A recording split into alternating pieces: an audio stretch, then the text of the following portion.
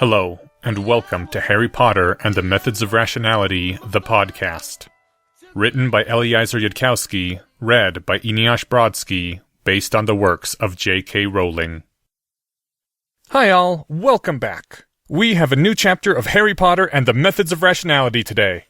I'm sure almost all of you are aware that Eliezer has finished writing the final arc and it is coming very soon. Unfortunately, the next chapter doesn't release for a few more days, and I doubt I'll be able to get it put into audio in time for the next episode. Therefore, the next episode will not be Chapter 104. There will be one last unrelated short story, and then I'll be doing non-stop Harry Potter and Methods of Rationality right up until the end. Eliezer has said the final arc is about 88,000 words. With each 25-minute episode covering about 4,400 words, this means I should be uploading the very last bit of Methods of Rationality sometime in December, which seems appropriate enough. With all that out of the way, on to... Chapter 103, Tests.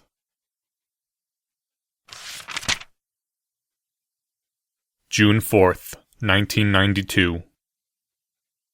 Daphne Greengrass was in the Slytherin's common room, writing a letter to her lady mother, who was surprisingly intransigent about power sharing despite not even being in Hogwarts to exercise control, when she saw Draco Malfoy stagger in through the portrait door carrying what must have been a dozen books, Vincent and Gregory behind him each carrying a dozen more. The Auror who'd accompanied Malfoy stuck his head in briefly, then withdrew to who knew where. Draco looked around, then seemed to be struck by a bright idea as he staggered toward her, Vincent and Gregory following after. "Can you help me read these?" said Draco, sounding slightly out of breath as he approached. "What?" Lessons were over, only the exams were left now, and since when did Malfoys ask Greengrasses for help with their homework? "These," Draco Malfoy said importantly, "are all the books Miss Granger borrowed between April 1st and April 16th. I thought I'd go through them in case there are any clues there. Only then I thought maybe you should help because you knew Miss Granger better." Daphne stared at the books. The General read all that in 2 weeks? A twinge of pain went through her heart, but she suppressed it. "Well, I don't know if Miss Granger finished them all." Draco held up a cautioning finger. "In fact, we don't know if she read any of them, or if she really borrowed them. I mean, all we've observed is that the library ledger says she checked them out." Daphne suppressed a groan. Malfoy had been talking like this for weeks. There were some people who clearly were not meant to be involved with mysterious murders because it did strange things to their minds. "Mr. Malfoy, I couldn't read all these if I spent my whole summer doing nothing else." "Then just skim through them, please? Especially if there's, mysterious words scribbled in her handwriting, or a bookmark left inside, or..." "I've seen those plays too, Mr. Malfoy." Daphne rolled her eyes. "Don't we have Aurors now for— We're doomed!" shrieked Millicent Bulstrode as she burst up from the lower chambers into the Slytherin common room. People paused to look at her. "It's Professor Quirrell!" A sudden air of attentiveness, as of long-standing disputes about to be settled. "Well, finally," someone said as Millicent tried to catch her breath. "He's only got, 10 days left to go bad?" 11 days, said the 7th year who was running the betting pool. "He's gotten a little better suddenly, and he's going to summon the first years for our defense final. By surprise! In 50 minutes! A defense final? Pansy said blankly. But Professor Quirrell doesn't give exams. The Ministry defense final! But Professor Quirrell doesn't teach anything from the Ministry curriculum, objected Pansy. Daphne was already fleeing to her room, racing for the first-year defense textbook that she hadn't touched since September, and screaming curses inside her mind.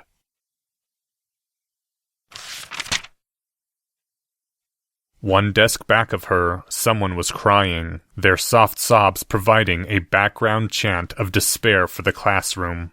Daphne looked back, expecting to see a Hufflepuff and hoping it wasn't Hannah, and was surprised at first, though not on further reflection, to see it was a Ravenclaw. Before them were set the exam parchments, turned over, waiting for the bell. 50 minutes hadn't been nearly enough preparation time, but it was something, and Daphne was now feeling ashamed that she hadn't thought to send messengers to warn the Hufflepuff, Ravenclaw, and Gryffindor houses. They'd started giving house points again just 3 days ago, at the beginning of June, but the Auxiliary Protective Special Committee still ought to promote house unity. Another Ravenclaw, sitting 4 desks to her left, also started to cry. That was Catherine Tongue of Dragon Army, if she recalled correctly, whom she'd once seen take on 3 Sunshine soldiers simultaneously without a flinch. Daphne had calmed down after the first couple minutes of frantic reading. It was just a test, not a murder or anything. And if almost all the first-year students turned in mostly blank parchments, then it stood to reason that nobody would be shamed. But Daphne could understand, if not exactly sympathize, that Ravenclaws and Hufflepuffs might not see it that way. He's evil, Another Ravenclaw witch said in a shaking voice. 100% pure dark wizard to the bone. The Dark Lord Grindelwald wouldn't do this, not to children. He's worse than you-know-who. Daphne looked reflexively at where Professor Quirrell was sitting, slumped to one side but his eyes alert, and she thought she saw the defense professor smile for one tiny instant. No, that had to be her imagination. There was no way the defense professor could have heard that. The bell rang. Daphne flipped the parchment over. The top was stamped with the seals for the Ministry, the Hogwarts Board of Governors, and the Department of Magical Education, and runes to detect cheating. Below that was a line for her to write her name and a list of exam rules with a picture of Lindsay Gagnon, the director of the Department of Magical Education, shaking an admonishing finger at everyone. Halfway down the page was the first exam question. It was, why is it important for children to stay away from strange creatures? There was a stunned pause. One student began laughing. She thought it was from the Gryffindor section of the class. Professor Quirrell made no motion to censor it, and the laughter spread. Nobody spoke aloud, but the students looked at each other, exchanging glances as the laughter died down. And then, as if by some unspoken agreement, they all looked at Professor Quirrell, who was smiling down at them benevolently. Daphne bent over her exam, wearing a defiant, evil smile that would have done proud to either Godric Gryffindor or Grindelwald, and she wrote down, Because my stunning hex, my most ancient blade, and my Patronus charm won't work against everything.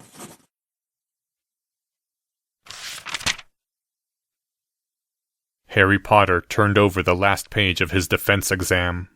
Even Harry had needed to quash a small bit of nervousness, some tiny remnant of his childhood, upon reading the first real question. How can you make a shrieking eel be silent? Professor Quirrell's lessons had spent roughly 0 time on the surprising yet useless trivia that some idiot had imagined a defense class should look like. In principle, Harry could have used his time turner to read through the first-year defense book after being notified of the surprise exam, but that might have unfairly skewed the grading curve for others. After staring at the question for a couple of seconds, Harry had written down, "Quieting charm," and included the casting directions in case the Ministry grader didn't believe that Harry knew it. Once Harry had decided to just answer all the questions correctly, the exam had gone by very quickly. The most realistic answer to more than half the questions was stunning hex, and many of the other questions had optimal solutions along the lines of turn around and walk in the opposite direction, or throw away the cheese and buy a new pair of shoes. The last question on the test was, what would you do if you suspected there might be a bogey snake underneath your bed? The Ministry-approved answer, Harry could in fact recall from his read-through of the textbook at the start of the year, was tell your parents. The problem with this had occurred to Harry right away, which was why Harry had remembered it. After some pondering, Harry wrote down, "Dear Ministry Grader, I'm afraid the real answer to that is a secret, but rest assured that a bogey snake would present no more trouble to me than a mountain troll, a dementor, or you-know-who. Please inform your superiors that I find your standard answer prejudicial to Muggleborns, and that I expect this failing will be corrected at once, without any need for my direct intervention. Sincerely, the boy who lived." Harry signed the last parchment with a broad flourish, turned it over into his stack, put down his pen, and sat up. Looking around, Harry saw that Professor Quirrell seemed to be looking in his rough direction, though the professor's head had nodded to one side. The other students were still writing. Some of them were silently crying, but they were still writing. Continuing to fight was also a lesson Professor Quirrell had taught. Interminably later, the official exam time was up. A 7th-year student went from desk to desk, collecting the exams in Professor Quirrell's place. The last exam parchment was collected, and Professor Quirrell sat up straight. "My young students," he said softly. The 7th-year student had her wand trained on the defense professor's mouth, so that they all heard his voice seeming to come from right beside them. "I know that probably seemed very fearsome to some of you. It is a different kind of fear from facing the enemy's wand. You must conquer it separately. So I shall tell you this now. It is the custom of Hogwarts that grades are given in the 2nd week of June. But for my case, they can make an exception, I think." The defense professor smiled his familiar dry smile, tinged now as though by a suppressed grimace. "I know you are worried that you were not prepared for this exam, that my lessons have not covered this material. And I quite forgot to mention that it was approaching, though you should have known it would come in time. But I have just now magically checked the answers you have given on that terribly, terribly important final exam. Though, of course, only the ministry grade is official, and assigned your full year grades, taking the result into account, and magically written your full grades down on these parchments." Professor Quirrell tapped a stack of parchments on the side of his desk. "Which will now be handed out. An incredible spell, is it not?" A few students on the Ravenclaw side were looking indignant, but for the most part the students just looked relieved, and some Slytherins were chuckling. Harry would have laughed too, if not for the pain of watching Professor Quirrell gasp out the words. The 7th-year student standing beside Professor Quirrell pointed her wand and spoke an incantation in magical pseudo-Latin. The parchments rose up and started to drift through the air, separating in mid-air to drift toward each student. Harry waited until his parchment had arrived on his desk, and then unfolded it. The parchment said EE+, which stood for Exceeds Expectations. It was the 2nd highest letter grade, the highest being Outstanding. In another world, a distant, vanished world, a little boy named Harry would have shouted with indignation about receiving only the 2nd highest grade. This Harry sat quietly and thought. Professor Quirrell was making some point, and it wasn't as though the exact grade letter mattered in any other way. Was Professor Quirrell saying that Harry had done relatively well, but not lived up to his full potential? Or was the grade meant to be read literally, that Harry had in fact exceeded the defense professor's expectations? "All of you pass," Professor Quirrell said, as the students all looked at their final grades, as sighs of relief rose from desks, and Lavender Brown raised her parchment in a clenched fist held high with triumph. Every student in first-year battle magic has passed. Except for one. A number of students looked up in sudden terror. Harry sat there silently. He had seen the point immediately, and even if it was a wrong point, he knew Professor Quirrell would never, ever be talked out of making it. All of you in this room have received grades of at least acceptable. Neville Longbottom, who took this test in the Longbottom home, received a grade of outstanding. But the other student who is not here has had a dreadful grade entered on her record for failing the only important test that was given her this year. I would have marked her even lower, but that would have been in poor taste. The room was very quiet, though a number of students were staring angrily at the professor. You may think that a grade of dreadful is not fair, that Miss Granger was faced with a test for which her lessons had not prepared her, that she was not told that the exam was coming on that day. The defense professor drew in a shaking breath. Such is realism. The only important test may come at any time. Be prepared for it.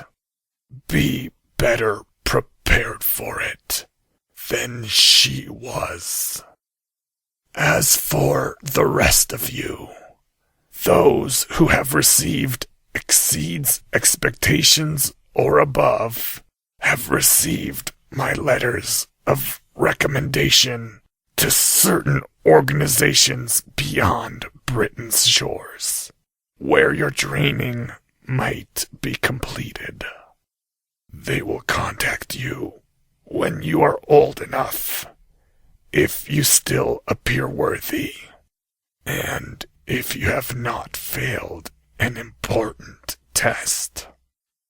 And remember, from this day, you must train yourselves.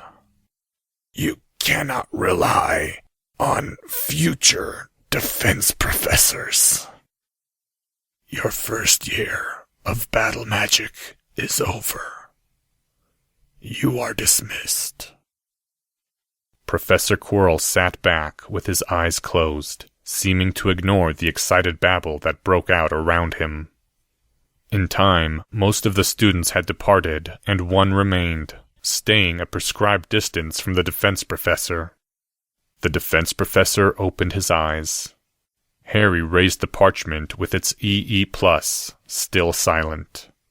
The defense professor smiled, and it went all the way to those tired eyes. It is the same grade that I received in my own first year. Harry couldn't make the words "thank you" come out. They were stuck in his suddenly closed throat, the defense professor tilting his head and giving him an inquiring stare. So Harry just bowed jerkily and then left the room. 9 days yet remained.